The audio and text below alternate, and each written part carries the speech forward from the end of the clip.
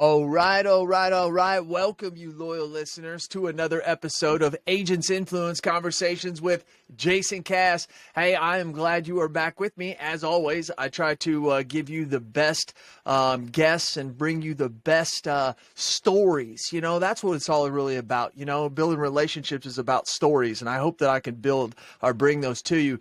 Today, I think I have a unique one, someone that you don't hear talk a lot about in our industry, but I think that's going to change as it gets going, and that's the reason why I wanted to bring him on here. So I've got Nyasha Gutsa. Did I say that right? Oh, right. See, that is unbelievable, loyal listeners. They're clapping in the background. Nyasha, welcome to Agents Influence, man. I'm glad we got you. I'm glad to be here. Thank you for having me. Yes, yes. So if you're not watching it on YouTube and you're listening, which if that's the way you would choose to, but you always need to check us out on YouTube, that viewership is starting to grow. He's got a shirt on that says Billy. And so we'll get to more about what that is and how he is changing the game. But Nyasha, you ready to do this? I'm always ready for takeoff. Are you an iPhone or you a Droid user? iPhone. You're an iPhone user, huh? What's the last app you downloaded? Oh man, I last downloaded Instagram because my sister had her birthday a few days ago. So I wanted to wish her a happy birthday and do a post for her. So you didn't have it? Well, I had it, but I guess like I'm one of those people that can go down a rabbit hole with Instagram. So for my own sanity, sometimes it's good to just remove that Gotcha. barrier. Gotcha. Makes total sense, especially when you're trying to build a corporation and connect people like you are your darn self. So that's good. Do you love to win or do you hate to lose? I love to be able to win, but I also have learned how to lose gracefully. Well said. Well said. You've learned how to lose gracefully. I love to hear about a little bit of that as we continue on. Two things in the world we believe got you to where you are today. If that's what we think here, doesn't mean the way that it is. Skill or luck? What would you say has been the biggest factor in your life, Nyasha, to get you to where you are? If I could draw a line between the two, I think it's a little bit of both. I believe in the perfection of your craft, and sometimes when you perfect your craft, luck also works in your favor. hmm So right. So right. I got you there. I feel the same exact way, man. Now, Nyasha, this is the time where we like to relate to you a little bit. Yeah. So in about, 2, 3, 4 minutes, take us back to, where you were born, bring us forward to where you and how you got sitting right there in that WeWork booth you're in. Yeah, absolutely. So where to start? I was born in a country called Zimbabwe. This is a little country that's landlocked on top of South Africa. It's bordered with Mozambique and also Botswana to the south, South Africa, and then to the west there is a country called Namibia, which is known for surfing and its great desert. And then to the north we also have Zambia. Okay. Yeah, so I'm one of four children, the only son, and I am one of those stories that should have never happened. So I went to boarding school when I was 3 years old because my parents worked, in a retail bank. So like when Mm-hmm. you go to a local branch, my mom was a teller. She used to be a nurse before, but she left for health reasons because the country had a massive tuberculosis outbreak, and so the fear was that it would spread to the children. And Okay. so she moved into retail banking, which is where my dad also worked, and we lived in what we would call the middle veld of the country, which is mostly farm type economy. So Zimbabwe at that time was known as the breadbasket of Africa, and so really rich soils that could produce a lot of agriculture. So the economy was really based around agriculture and mining, and that's kind of like what I grew up around in Okay. towns like that. Uh, I got a chance to learn. English pretty early on, which I think is part of the skill that I do have. And then I went to an all boys high school, skipped a couple grades there. So I graduated college when I was 16.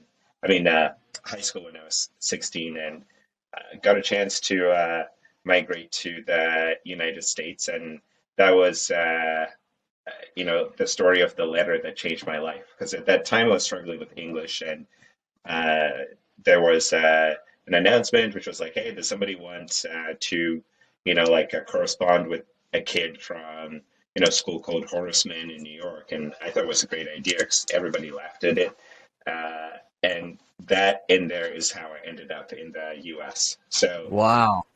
yeah, so it was this guy. His name was Michael Fisher. He passed away, but we became pen pals. And one day he called my parents' house, and it was like, "Oh yeah, like we'd love for you to come to the U.S." And I didn't have a passport.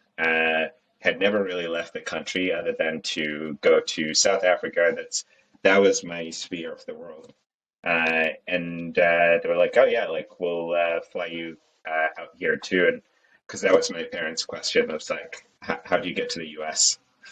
So So was he gonna take you and your parents, or just you? just me. So Okay. Okay. so that was my first contact with the West, and I was 12, turning 13 at that time, and my parents are just like, "We've never met you." There's no video like we're talking at this time, Right. Uh-huh. It's just like they've just exchanged letters, and we're taking this giant leap for our only son Wow. to get on a plane and then come all the way to the U.S. So Wow. yeah. Uh, so that's how I ended up first coming to the U.S. And my first time coming to the U.S. was like, I want to stay, but I couldn't. So over the years, they would fly me back and forth for summer breaks. But Michael passed away when we were 14, and I stayed in touch with his family. And when I finished high school, I didn't really have many options to go to college. My parents could only afford for me to go to the local university there, but the country was starting to face its own economic challenges. So we were under sanctions from the West. So, things like basic commodities or food, like you couldn't really get. So I took the leap and moved to New York and went to school at Fordham University. And so that's my story of how I was born and migrated to the U.S. So what did you do? Let's talk about this real quick, because then I want to know from once you got from high school. What'd you say, Fordham Yeah, University? Fordham When you University. got done with there and you went forward, but like, okay, so you're doing pen paling with Michael, right? And how long did that go on for? Yeah, so we were in pen pals for 3 years before he passed away. And in those times, we came every summer for about 2 weeks because we were born 7 days apart. So we would just do one birthday, at their beach house in Point Pleasant. Mm-hmm. So when I came to the U.S., it was mostly to stay with his family, which is in construction and real estate here in New York. Ah, okay. So that's how I got into construction, working for their family business. And I started off as a mailroom clerk, and this was back when construction drawings used to weigh 80 pounds. Like you print them out, or they come from a typographics type of place, and they're put in these little cubicles in the mail room. And somebody Mm-hmm. would come and say like, "Oh, I'm here to bid on the Yankee Stadium," which is an actual project that I saw, the demolition and the actual construction of the new one. And somebody would grab the drawing, I would put it on my shoulder, and then give it to them, and then they would measure things on the drawing, and then give you an envelope, which was the bid, And now all that's digitized. Right. So I went from working for a construction company to then going to digitize those things that I used to do in a construction company at a company called Procore in Santa Barbara. So I was one of the early employees there, and that was my transition from working in a construction office Hmm. to a software person. So before we go there, so what did you and Michael pen pal about? I mean, how old is Michael? He's passed, as you said, but was he an older gentleman at the time? No, we were 2 years apart. So he was 2 years younger than I was. So Oh, really? Okay. right, and so at that age, if you live in two completely different spheres, right? Like you're curious about, well, how Hmm. are things, in the West? Like I'm a kid who grew up watching the A Team, right? And I Yeah. always joke with people that there's a TV show called Santa Barbara.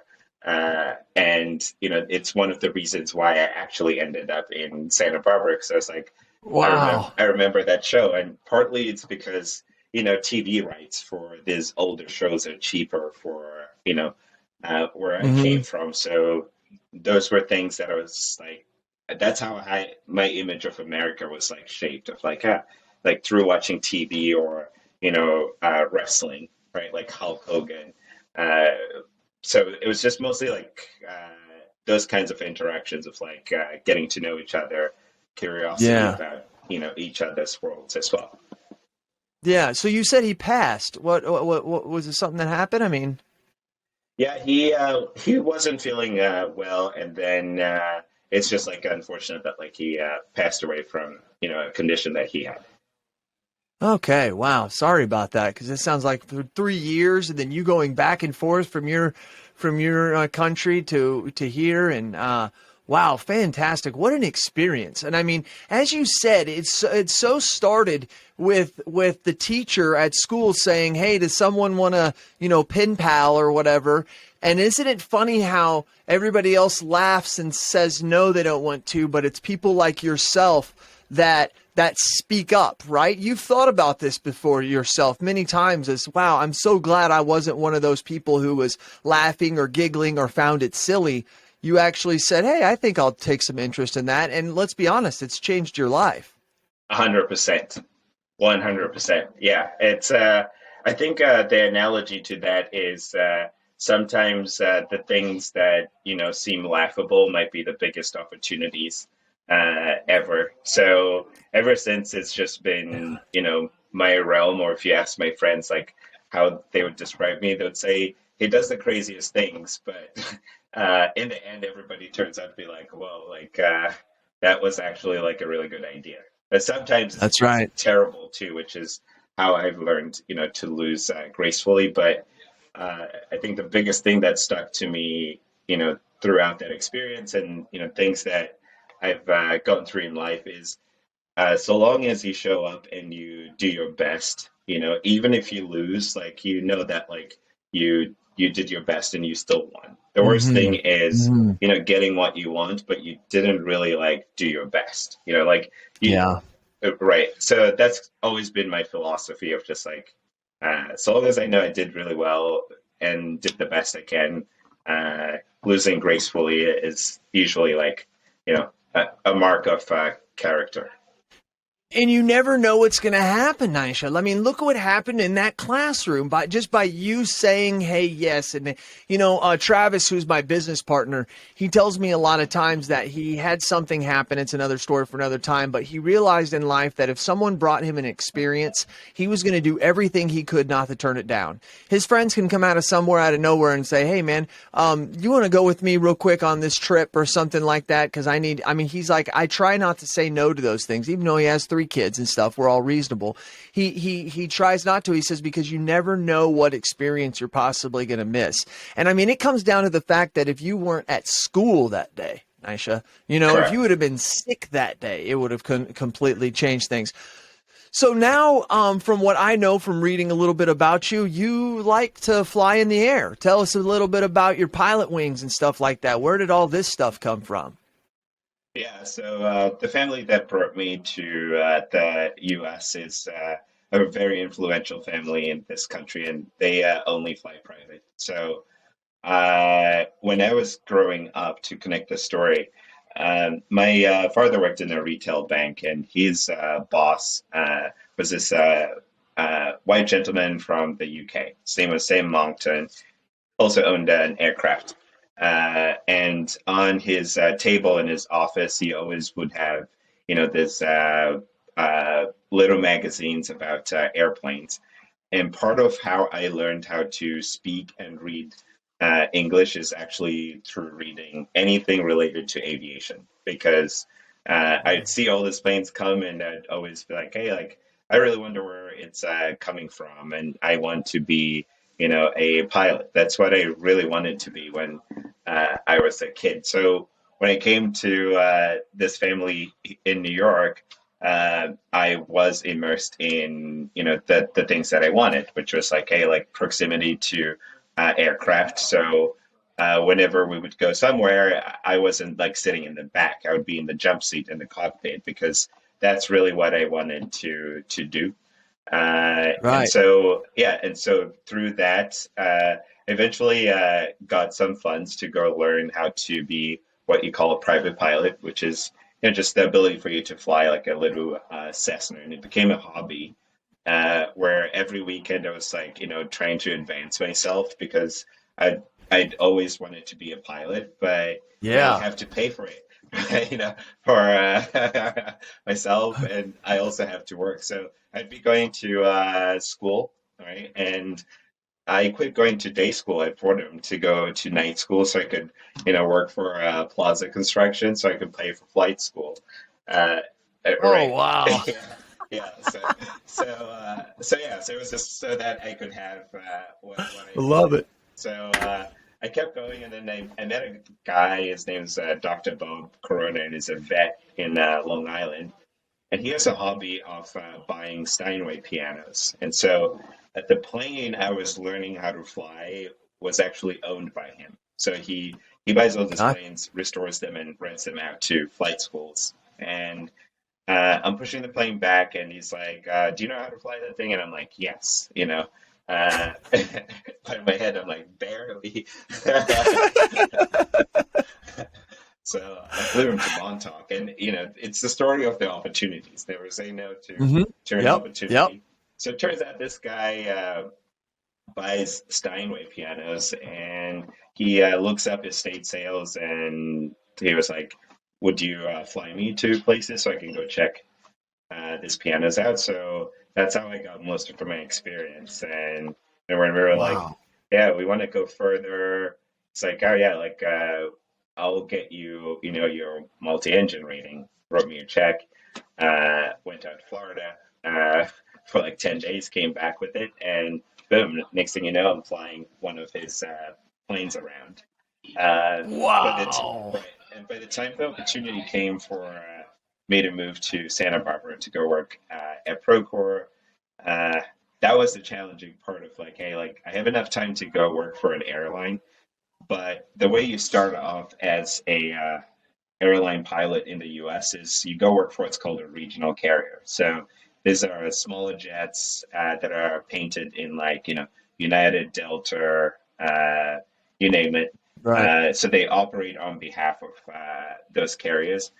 The pay, to be honest, like isn't that great. Like you start off, like I don't want to be on the bad side of the industry, but it's pretty low, which is one of the reasons why I exited the industry. But I stuck Right. with my career, at Procore, and then learned how to become a flight instructor. And the guy who taught me to be a flight instructor ended up becoming the chief pilot of this other private jet operation. And so he always knew that I wanted to, fly jets. And one day he was like, "Yeah, like we need pilots." I was like, "I have a full-time job." It's like, "No, we'll send you to school, and then you can just fly for us on weekends." So Monday through Friday, I worked for a software company, and on weekends I'm flying people like Wiz Khalifa, Kanye West, Dr. Dre, you name it. Yeah, uh, and so like that's how Wow. I started. The role of flying private jets. And I did that up till, the day I started working at Billy full time, which was April 1st, 2021. Wow, and that's not a joke. April 1st of 2021. And then now you are am I correct, you're the CEO of it, right? Correct. Okay, so we'll talk a little bit about that. So what a great and adventurous experience life. I mean, born in the other hemisphere, I mean, meeting people through school and through pen pals and and just putting your best foot forward and sometimes just being in the right spot at the right time. um I can only imagine you being a little kid and I don't know what Zimbabwe, I don't know what that's what it's like around there, but I think that, like, you picturing these planes, and I mean, is it back in your country when you were little and you're seeing, I mean, what's I'm trying to put it together. What's the likelihood that you would be able to be a pilot in your country or do the things that you have done since you've been here? Is that very likely, or is it not very likely? I guess the best way to answer it is it is possible, um, if you have like the resources back home in Zimbabwe. So in this case, I was really Gotcha. lucky that I came to this country to learn how to fly. Good. And, the United States still remains the cheapest place, in my opinion, to learn how to fly. And many countries, ship their pilots to learn how to fly here. Hmm. That's why places like Florida and Arizona have, the largest flight schools in the world. Right.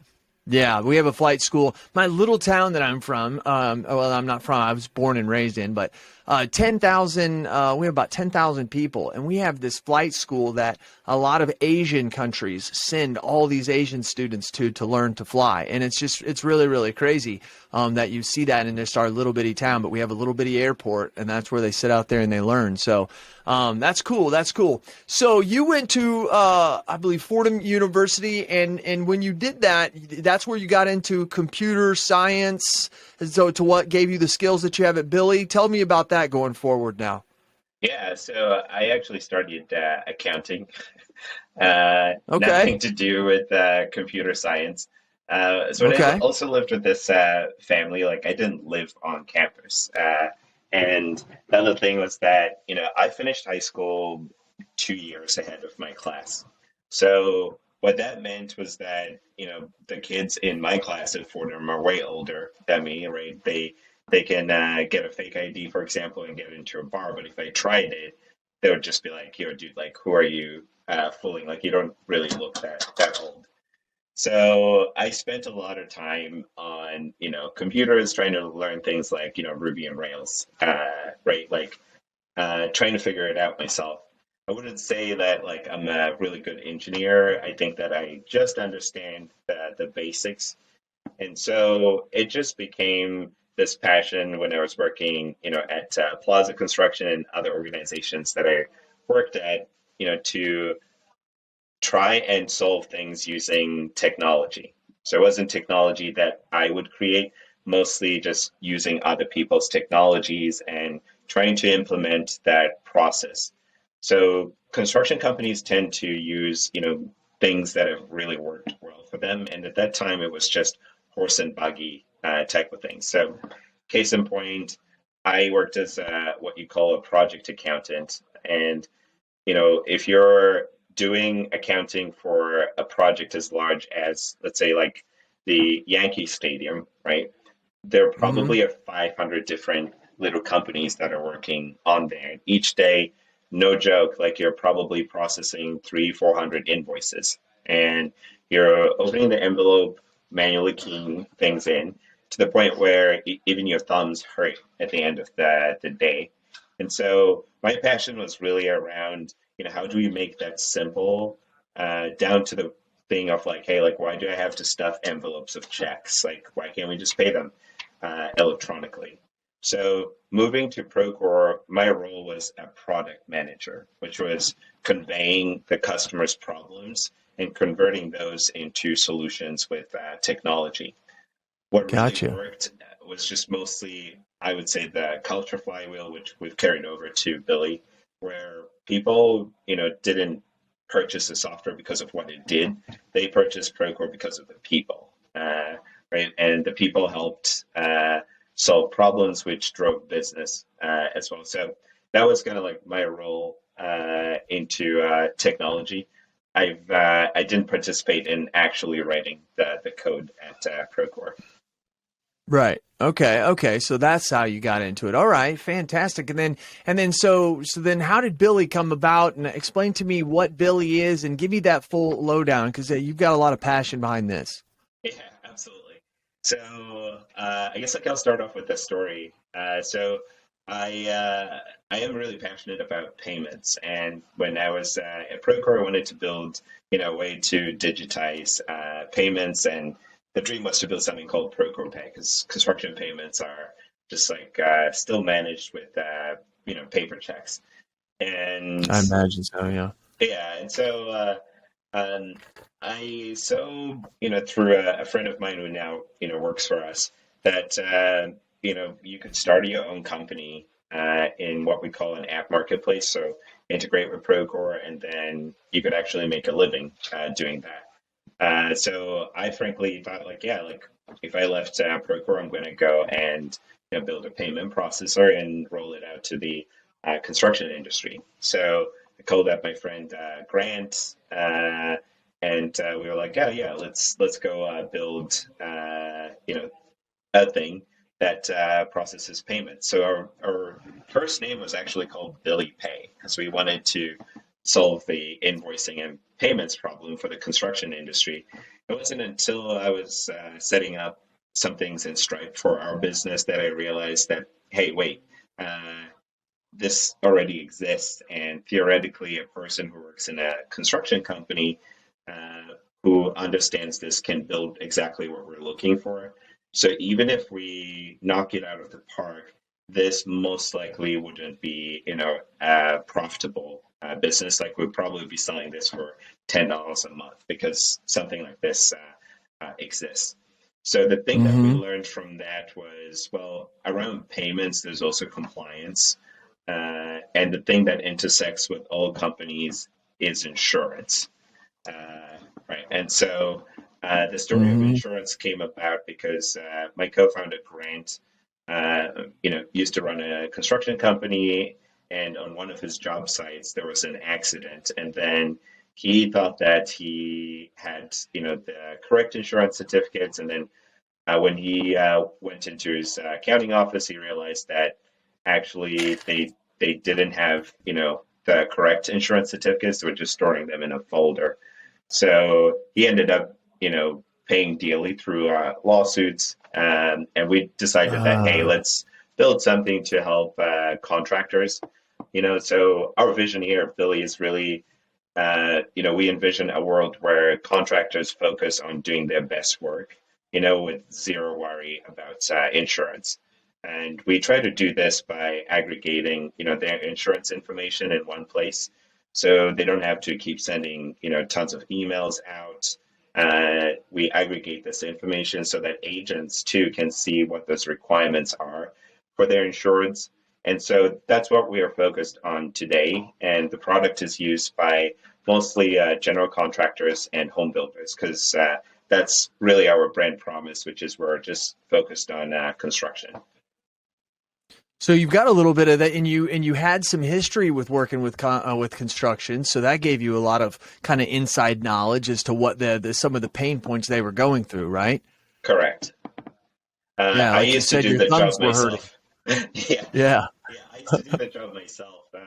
But also, part of it too is just that a lot of the contractors don't also understand the insurance that they have too. So Right. part of our role here at Billy is, educating contractors about, the insurance they have, and, what it means to have a workers' comp exemption, for example, or, what it means to have an excluded officer, and tying that to things like safety, right? So when that excluded officer shows up on the job site, you don't want to have a claim, you want to make sure that your site team is aware of, like, hey, they're coming on site, but they need to provide us with a new policy that shows that they're not an excluded officer to, come on the job site. So things like that reduce Wow. incidents, which help your EMR and, puts money back into your pocket.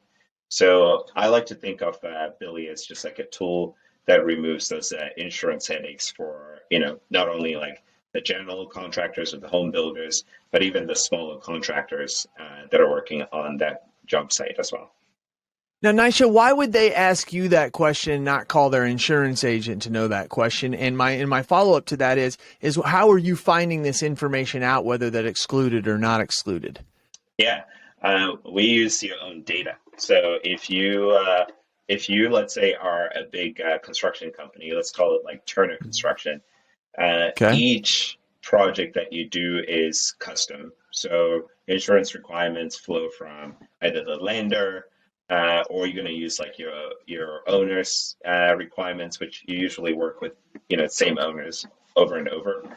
And Mm-hmm. each contract that you sign with your subcontractors, if you think about like a Yankee Stadium, right, like 500-600 contracts that you're signing with different suppliers, different subcontractors, and those people need to give you, a document that proves that they've got those requirements. Certificate of insurance, right? Right. And so if you picture myself at Plaza Construction trying to do this, right, I have to send out 600 emails, right, to just get those requirements, and some of those people might have exemptions, right? They'll Mm-hmm. submit different types of documents. So what we just do is we take that page of requirements, we make it simpler for people to understand, and those people are the insured and the agent, because the insured is just getting a note that like, hey, like I need this type of insurance, but Billy also loops in the agent to be like, hey, like your insured is required to have this Okay. policy. So there's no more like, hey, like dear agent, like I need this requirement and play broken telephone where the customer now gets the wrong certificate and it creates this weird flywheel. Yes. So we Uh-huh. just aggregate things in one place. Then we use artificial Gotcha. intelligence to essentially read the document and then take information that's on the document and action it with other workflows. So we're big on safety, right? So connecting your insurance with safety.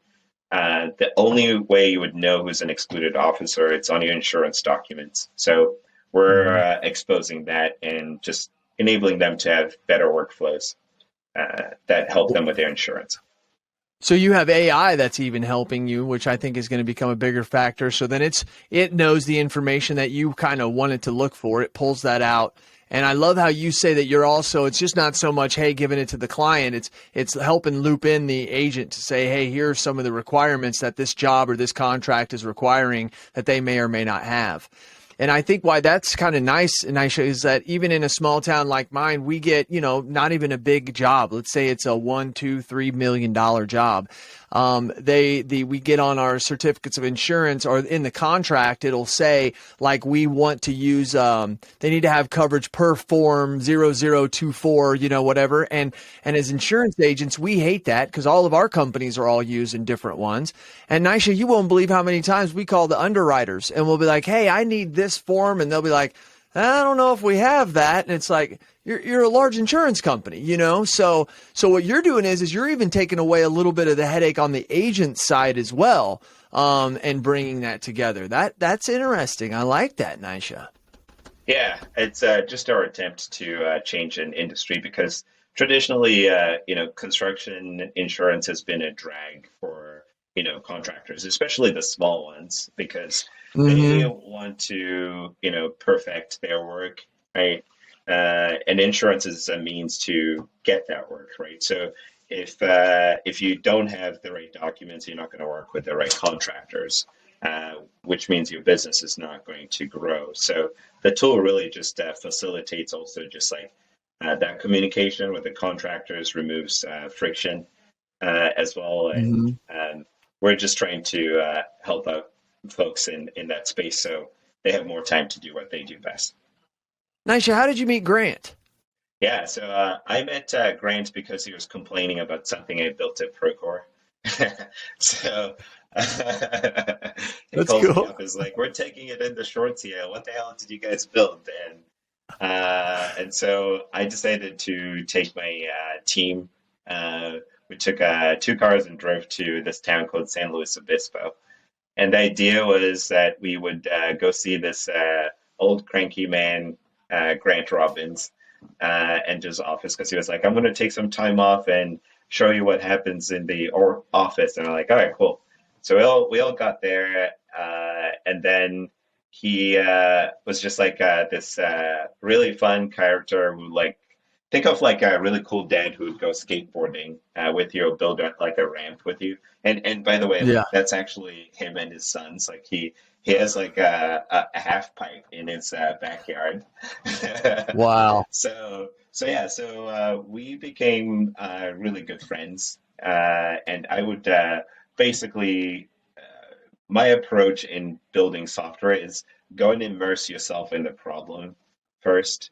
Try out what they're actually doing and experience the pain. Because when you do experience the pain, then for software engineers, they know, what to do to build, the solution to that problem. Instead of Hmm. somebody just saying like, "Hey, like I need software that does X, Y, Z." I think better software is built when people go and immerse themselves in the problem and then go back and try to build the Goodness. software right. And so that's what we did with Grant and built that partnership, and that's how we started working together as well. Fantastic. Because I see Grant as just another a stepping stone, right? He was another big piece because for him to have that bad experience, right, and have all those lawsuits, then for you to be a project manager, understanding construction, putting in the work to where your thumbs hurt, and being able to relate to Grant, right, and being able, wow, to then being able to bring that together for something like Billy, is really really incredible. It really really truly is incredible. Seeing how these things have lined up. When it goes back to the question of luck or skill, I definitely can see like yours is very like, in my opinion, very very visible to where you can see that you said, well, I believe in perfecting my craft, right? But you Correct. do believe in luck. And so to say where you're at today is by nowhere saying you're lucky. I mean, you had to take the step, you had to take the chance, you had to invest the time, want to learn more, create your craft, as you were saying. Um, Incredible story, man. Naisha, how old are you? I'm 34 now. 34. Okay, I was Yeah. thinking mid 30s. That's where I was. That's where I was. That's where I was. I'm 43, so I was just I'm just very curious and just fantastic, man. I really do. Closing it up. So where are you going with this? What are you doing? Just going to keep expanding on this or until you find the next thing? I mean, what's your thoughts, Nisha? Yeah, so on this one, I guess some of the inspiration comes from Billy Bandura. You know, Oh, Billy. InsurTech is kind of like a way of thinking. Is how I see it, and I agree with Billy. That's all, no pun intended on the Billy per se. And so what we're trying to do is basically, create a place where we align the interests of insurance carriers and their insurance. And what I see from my perspective, and when I explain this to people, people laugh, you know. But this is one of those opportunities where I'm like, you know, laugh now, but yeah, I'm pretty excited about this one. So, what I hear from carriers is that we want to do right by our insurance, but we don't have the data, to basically like, provide risk reduction rebates because we can't see things like how safe are you, or what's your actual like payroll and stuff like that. So we just want to facilitate like, hey, like this is a small contractor. They are working with these large contractors who have a really good safety record.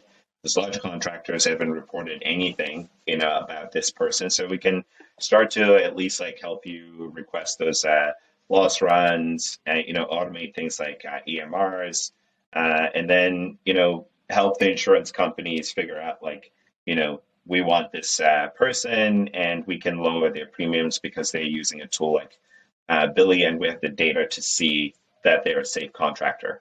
So that's what we're really trying to do, which is just remove those insurance headaches so the contractors can just focus on what they do best and make insurance work for them instead. And it seems like I think a lot of times, Nyasha, I think a lot of agents are going to take it personal. I really do, because they're not going to think about and really listen to what you're saying. And I think the carriers want to do what's right by the contractor, and I believe the insurance agent also does. But we also, like the carrier, lack the same thing that I believe Billy instills in the process, and it's the data and the technology to know that stuff, right? Correct. I have a contract. The contractor gives me a contract and he says, here's what it is. And if everything's not spelled out in there, which really the insurance requirements are usually just one page, 4 or 5 items, there could be a lot of other things. And then also, we also don't have the data and the expertise of what's happening at job sites, like it sounds like Billy does, to be able to give that best information. So here we have the carriers, here we have the agents trying to do their best. And for loyal listeners, if you're listening, Nyasha's not saying that he's trying to take our spots or replace us. He's trying to say he wants to remove the insurance headaches. And as we know as insurance agents, there's definitely headaches even on our side that we can't do anything about. Sounds like the carrier as well. And Nyasha, that's why you created Billy, to say, hey, let us help facilitate this through with technology and to create those solutions. Is that right? Correct. And part of it too is just coming from the world of a contractor, right? And I have a friend here in Brooklyn. He's a builder. His name is Jay Tull, and he does brownstone renovations. And one of the days, like, I was in his office, and he's like complaining to his agent about, why do I have height restriction, on my insurance policy.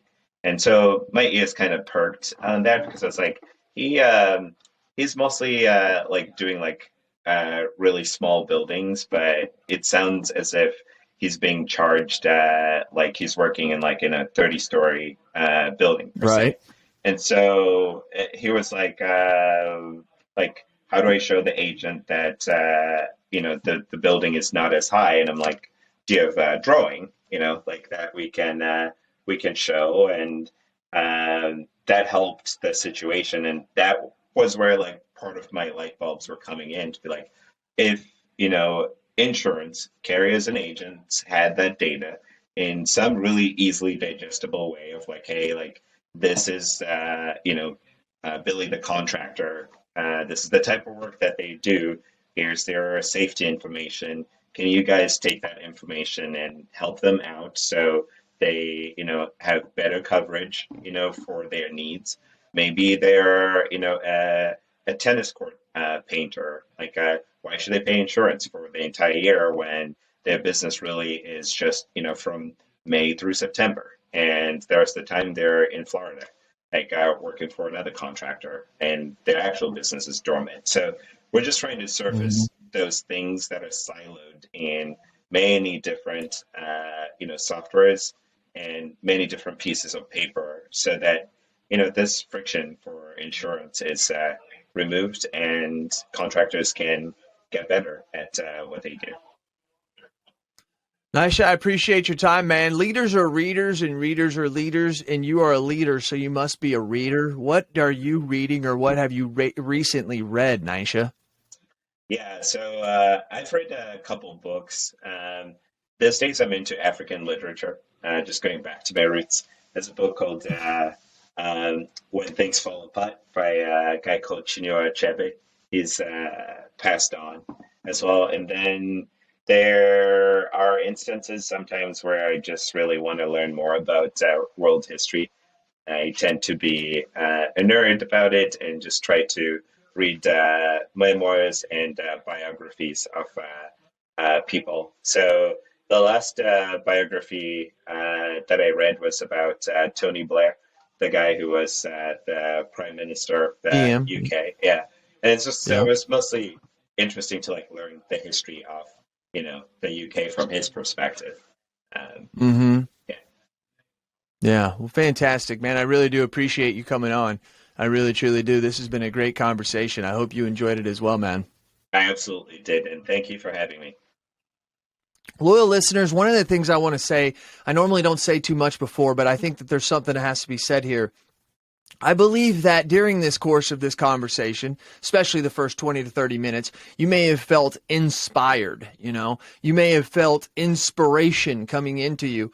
There's no doubt, because I was as well. And I think what's inspiring about Nyasha's story is we can visually see it, right? Number one, Nyasha did a fantastic job of saying how he went from this transition of this period to this period. But even though you weren't born in Africa, and most of us have never been, and some of us will never go, you can picture his lifestyle. You can picture him being in school and meeting and having that opportunity to penpal, then the opportunity to come to America. Ironically enough, he gets into, construction as a senior project or as a project manager. He runs through all these different things and meets all these people, whether it could be for grant, and you can kind of see that how everything has led up to, it's almost like listening to Billy's story is like, well, duh. Yeah, that's what was going to happen to him, right? Because look at all that stuff. And whether that's wrong or right is not my point to your loyal listeners. What I want you to realize is your life is inspiring. It's easy to look at Nyasha's life though and say, his life is inspiring, but I want you to know, loyal listeners, that your life is inspiring.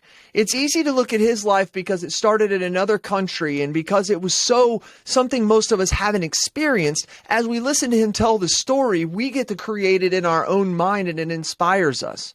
But really, you've all created a great life. You may have been born in the same place that you now have your office. You may have been across America from each other. You may have been from another country as well. But I think sometimes we stop to lose the inspiration we have in our own life. Our life is just exciting sometimes as Nyasha's. It is. It's just as exciting, but I think we get into the mental grind, and you have to remember, do you hear his energy? Do you hear his enthusiasm? And I think it's where that inspiration comes, and I think we all have that, and I think it's important to remember that we may not look at our life as a series of steps like we do his. Maybe you should. Maybe we should, loyal listeners, and I think that is something I'm going to take away from this. Nyasha Gutsa, thank you very much for joining us. It has been fantastic having you. We try to keep these things a little shorter than this, but yours was well-deserved to go way beyond, so thank you very much. And keep flying out there, man. This will be not the last time that you and I speak. I promise you that. All you loyal listeners out there, thank you very much. You know what I do because I do it for you. Tell me your thoughts and tell me your ideas, and I'm going to tell the world what you have to say. This is Jason Cass. He's Nyasha. We're out. See ya.